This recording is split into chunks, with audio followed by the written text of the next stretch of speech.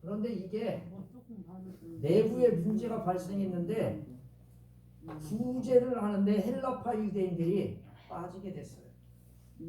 그래서 히브리파 유대인들을 원망하게 됐어요. 가만히 보니까 이거 가만 놔두면 큰일 나게 생겨서 12명의 제자들이 교회의 성도님들을 다 오라고 연락을 해가지고 이야기했어요. 뭐라고 얘기했냐면 우리가 이렇게 헌신을 하는데 구제하는 것만 해가지고는 안 될 것 같다. 나 이제 우리는 그렇게 하는 건 다 맡기고 말씀을 전하는 일 이거와 또 기도하는 일에만 전념하겠다. 이렇게 이야기합니다. 그러면서 하는 말이 성령이 충만하고 지혜롭고 칭찬을 받은 만한 7명을 선출해라. 그랬더니 사람들이 교회에 다 모여가지고 어떻게 했어요? 기쁘게 여겼어요. 그래서 믿음과 성령이 충만한 사람 7명을 택하게 됐어요. 선출하게 됐어요. 그 다음에 12명의 사도들이 기도하고 안수하고 세웠더니 그제부터 구제를 잘했다라고 하는 말씀이에요. 이 문제를 잘 해결하고 나니까 제자들이 하나님 말씀을 전하니까 하나님 말씀이 더 왕성해져서 제자의 수가 앞에 있는 수보다 더 많아지고 심지어 많은 제사장들이 주께 나와서 복종하게 됐다라고 하는 말씀을 오늘 이야기하고 있습니다. 사랑하는 성도 여러분, 여러분들을 주님의 이름으로 환영하고 축복합니다. 아멘. 예수님께서 승천하시기 전에 한마디를 하셨어요. 오직 성령이 너희에게 임하시면 너희가 권능을 받고 예루살렘과 온 유대와 사마리아와 땅끝까지로 내 증인이 되라. 그래서 이 12명의 제자들은요, 예수님이 말씀하신 것처럼 성령을 받기 위해서 기도에 전혀 힘쓰게 됐습니다. 그리고 나서 그들이 성령을 받게 되고 복음을 전하게 됐습니다. 복음을 전하자 미문에 앉은 안진뱅이도 고칠 수 있었습니다. 예수님의 이름으로 치유해 주셨습니다. 이뿐만 아니라 복음이 헬라파 유대인들에게도 전해졌고 많은 사람들이 예수님을 믿게 되어 예루살렘 교회가 꽉 차게 됐고 부흥되게 되었습니다. 이렇게 부흥되자 가만히 보니까 이거 가만 놔두면 안 될 것 같아요. 핍박이 왔는데 그게 뭐냐면 내부적인 공격이 시작되었습니다. 여러분들이 잘 아는 예수님을 잡아들기엔 사내들인 공의회에 공격을 받게 되었습니다. 그때 외부적인 공격에도 불구하고 하나님의 말씀을 계속 전하니까 제자의 수가 점점 많아졌습니다.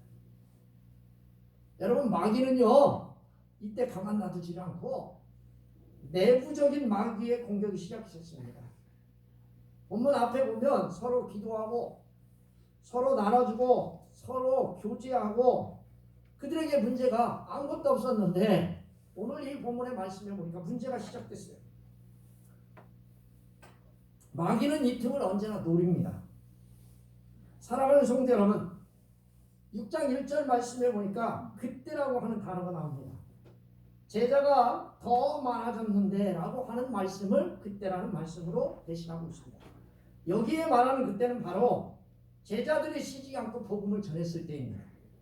제자들이 복음을 전하는 것을 반대한 유대 종교 지도자들의 반대에도 불구하고 복음을 증거하면서 감옥에도 가고 어려움을 겪었지만 계속해서 복음을 전하자 예수 그리스도를 믿고 주께로 돌아오는 자가 많았다라고 이 본문이 우리에게 말씀해 주고 있습니다.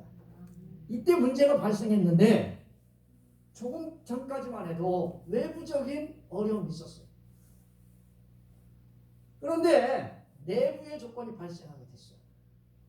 외부적으로도 힘들고 교회 안에서도 문제가 일어났어요. 문제가 뭐냐면 헬라파 유대인 가부들이 구제에 빠지는 거예요. 일로 인하여 교회가 분열되기 시작했습니다. 본문 1절 말씀을 읽어보면 히브리파 사람을 원망했다고 써 있습니다. 여기 이 원망은요, 이스라엘 백성들이 모세가 애굽에 있는 사람들을 광야로 데리고 나왔을 때 물을 못 먹고 먹을 것이 없다고 모세를 원망하고 하나님을 원망했던 그 언어를 그대로 사용하고 있습니다. 이 단어는 특별히 제가 말한 것처럼 매우 심각한 문제가 교회에서 대두되었습니다. 사단은 교회 조직 내에 투덜거림과 불평을 통해 교회를 위기로 몰아넣고 있는 것입니다. 그렇다면 왜 헬라파 유대인들이 불평을 가졌을까? 불평의 이유가 뭐냐면 매일의 구제에 빠지는 거예요. 초대교회는요, 넉넉한 사람들이 있었습니다. 돈이 많은 사람들 있어가지고 헌납을 했어요. 그래서 가난한 사람들을 채워주고 어려움이 있는 성도들을 채워주었어요. 특별히 생계가 어려운 과부들을 매일 구제의 대상으로 생각하고 그것을 그렇게 여겨왔어요. 그런데 매일 구제에 빠지게 됐어요. 여기에 쓰인 빠진다고 하는 말은 간과하다, 소홀히 했다는 거죠. 여러분, 이게 하루 이틀 이 문제가 제기된 게 아니라 계속해서 이 문제가 제기됐어요. 히브리파 유대인들이 지속적으로 빠지게 만들었어요. 구제 행정을 담당했던 사람들이 헬라파 유대인 과부를 구제하는데 소홀히 여기고 간과했다라고 하는 뜻입니다. 자, 이 본문에 쓰인 구제라는 단어를 주목하시기를 바랍니다. 이 단어가요, 디아코니아라고 하는 단어입니다. 이게 무슨 말이냐면 섬김, 직무, 봉사라고 하는 단어입니다. 사실 헬라어에서 구제라는 단어는 따로 있습니다. 그런데 이 단어를 굳이 쓴 이유가 있습니다. 그 구제라고 하는 그 단어가 말씀을 전하는 것, 말씀이라고 하는 단어하고 똑같습니다. 이 본문에 나오는 구제하는 행위나 제자들이 말씀을 전하는 행위가 똑같은 디아코니아로 되어 있습니다.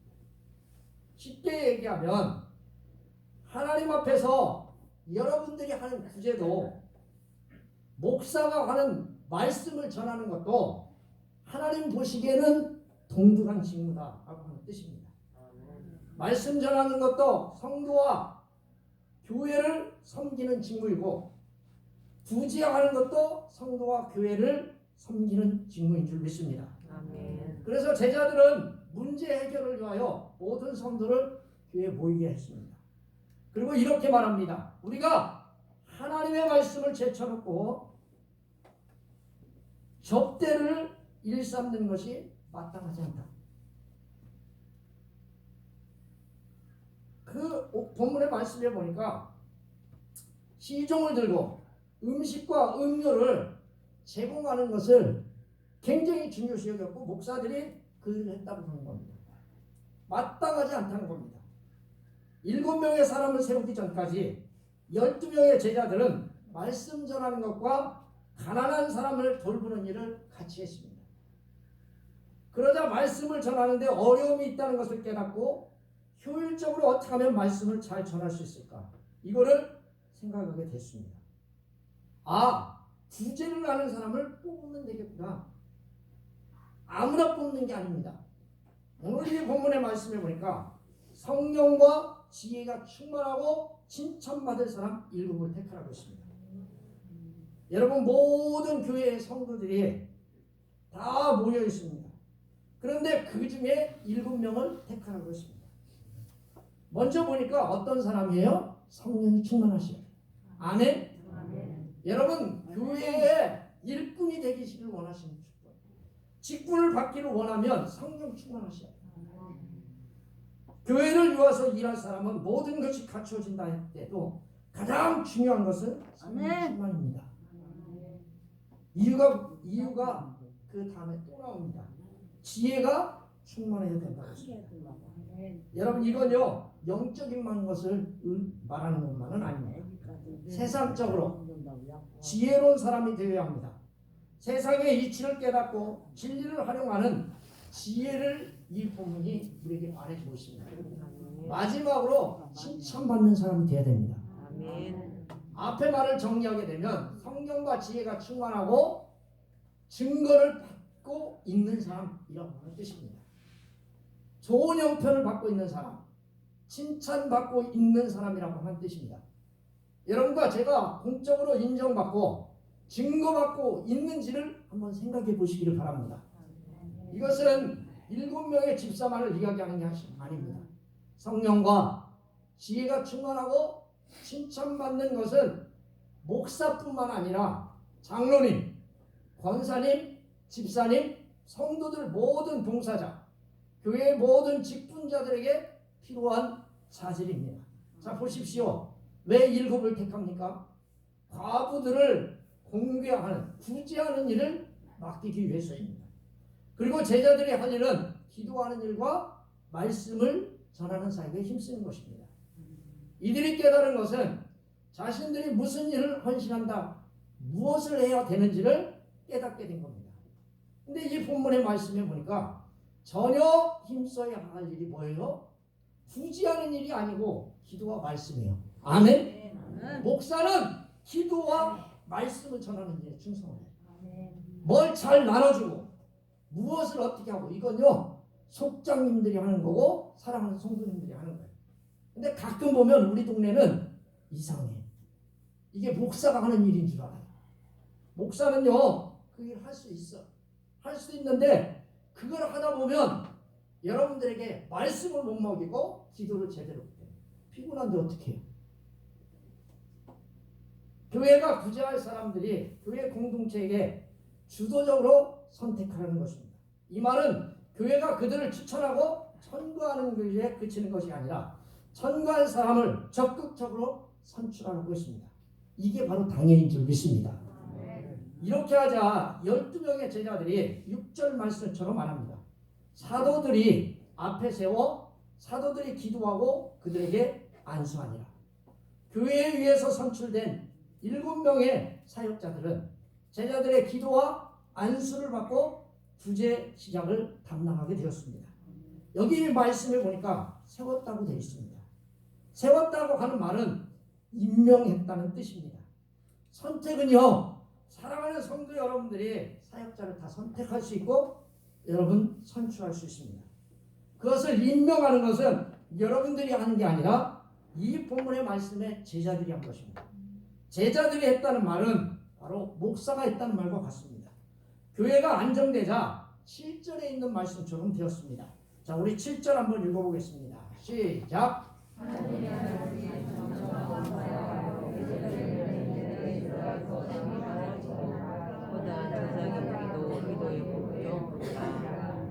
자, 제자들이 12명의 제자들이 다른 업무를 중단했어요.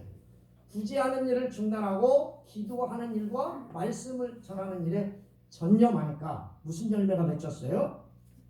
말씀이 왕성해졌어. 교회가 부흥됐어. 그런데 말씀이 왕성할 뿐만 아니라 교회가 부흥되는데 쉬지 않고 계속해서 부흥됐어요.